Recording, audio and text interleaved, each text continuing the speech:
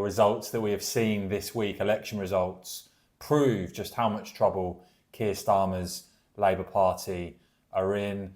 And of course, this comes at a time where many very focused on being outraged by what Sir Jim Ratcliffe had to say. The Prime Minister has called on one of Britain's richest men to apologise for his comments about migration. You recently were at Grangemouth, a Ratcliffe-owned company, announcing more than £100 million of public money and investment in his companies.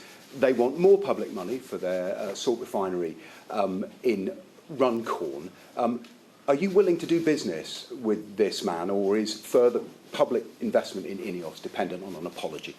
Investment in Grangemouth is to support jobs in Grangemouth and support vital industries in Scotland and in the UK. But what Jim Ratcliffe said was unacceptable. It was disgusting, frankly, and he should apologise for his remarks. But I'm not going to let what Jim Ratcliffe has said determine the future of jobs in Scotland. It is really important that we invest in our industrial base in Scotland and right across the UK.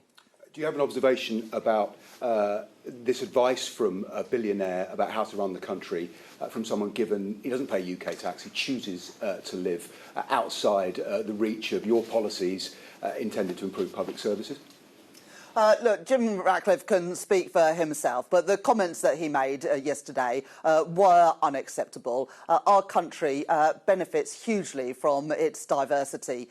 We see that in our businesses, we see that in our universities, we see that in our cultural life, and we are richer because of the diversity of our country. So I would urge him to apologise for his offensive remarks, which have upset a lot of people, and just frankly do not represent I think, the views in modern Britain today. But those same people don't really seem as interested in the horrendous situation our country faces now, where clearly our government have allowed in some very, very dangerous people. We've got this disgusting system that is just weak and pathetic and useless to the core, that the Conservatives refuse to change, that Labour won't change. And of course, we face a major threat from Islamist, extreme Islam, jihadist violence. We know that the Conservatives totally failed when they governed and proved to be totally useless. Similarly now, Labour failing to tackle the problems facing this country. And so you can see now the verdict from the public in some very, very decisive votes this week.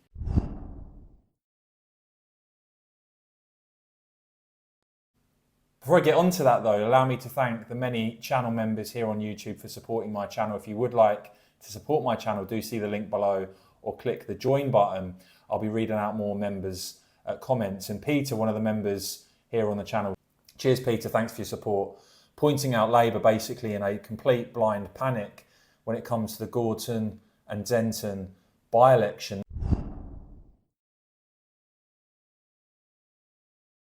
Now, interestingly enough, if you look at what Ladbrokes are saying here, they've actually got this as a two-horse race between the Greens and Reform UK, with the Greens as the quite heavy favourite there to win that seat. And I think that shows you how much trouble Labour are in. Also, the agenda from Labour, votes for children, that seems to now be going ahead, that 16 and 17-year-olds would be able to vote at the next general election if the government have their way on this. And yet when you look at what the verdict is from voters in this country, it is very, very clear indeed. And we start off in Peterborough, where you can see the reality of what is happening in Britain right now. Reform gain there from Labour, but really interesting to note, it's Reform versus the Greens, as the bookies odds for Gorton and Denton seem to indicate for that by-election as well. Labour absolutely collapsing, the Tories still in decline under Kemi Badenoch. And you can see here some of the comparisons that the Green and Reform percentage this time round in that ward, 57%. In 2024, it was 81% Labour and Conservative. And as with Labour, you know, the Conservatives in areas where they are clinging on, where they are holding on, this was quite a comfortable hold for them. But you can see they're still declining in support. You can see Reform scoring big levels of support. And you can see again, that's right, Labour absolutely collapsing. Meanwhile, in Wales, you also saw Labour losing a seat there to Plaid Cymru. And very, very clear when you look at the research for the Welsh Parliament elections, it's clearly going to be Reform versus Plaid. Labour have absolutely collapsed. They are collapsing, as you can see, in that local by-election. And you can see this backed up again in the Senedd voting intentions. Reform taking a massive lead there over Plaid Cymru, a 7-point lead, with Labour in a distant third and the Conservatives fourth, with the very real prospect that Reform could actually win the Welsh Parliament elections, win 35 seats if this was to happen, and Labour, you can see they're relegated to third spot. So I think that shows you the reality of what is going on in the country right now. Was Jim Ratcliffe right to apologise for his comments? No, he apologised for the use of one word. Colonisation. Yeah, he didn't apologise for his comments. So what did he say? He said 12 million people have come to the country in the last few years. Fact. Well, he got his facts wrong, actually. He got the dates wrong, didn't he? He meant 2000, he said 2020. But since 2000, 12 million people is the population increase in Britain. Over 85% of that is the direct impact of immigration. So that's a fact. There are 9 million people living in Britain of working age on benefits of some kind, albeit some of them in work benefits, I will grant you. Most of them are in work benefits, actually. Many of them are. No, as I said, I grant you. And he said, given that state of affairs, we don't need mass migration into Britain. And then he goes on to say that it feels like parts of the UK are being colonised. So let's work out what's non-controversial. What's non-controversial is an explosion in the population without the financial compensation to make people's lives better. And I would argue access to the NHS, housing rents, etc., have been damaged by it. Now, the use of the word colonisation, that's what he's withdrawn. Do you think that's offensive? I think it's probably, in the dictionary definition, correct, but perhaps people aren't quite ready for it. Man United fans will tell you he nickel and dime there making cuts, whilst also paying millions to economic migrant Premier League footballers. Have you seen Man U's results recently?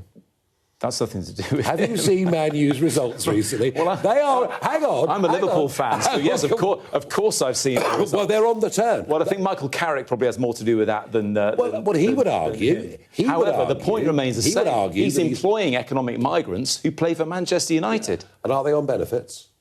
Are they paying taxes? I would assume. Of course they are. Of course they are. But the man who owns them isn't. I'm sorry. This is ridiculous. To compare high-skilled migration or work permits... Outside of the sort of bubble narrative, Labour are absolutely collapsing. Reform's rise is very, very real indeed. And you are seeing British politics shaken up in a major, major way. People are fed up with the status quo that we've seen, delivered by the Conservatives, carried on by Labour. But please do let me know your thoughts on all of that in the comments below. Please do whack this video a quick thumbs up. I'd really appreciate it. And of course, as ever, cheers for watching.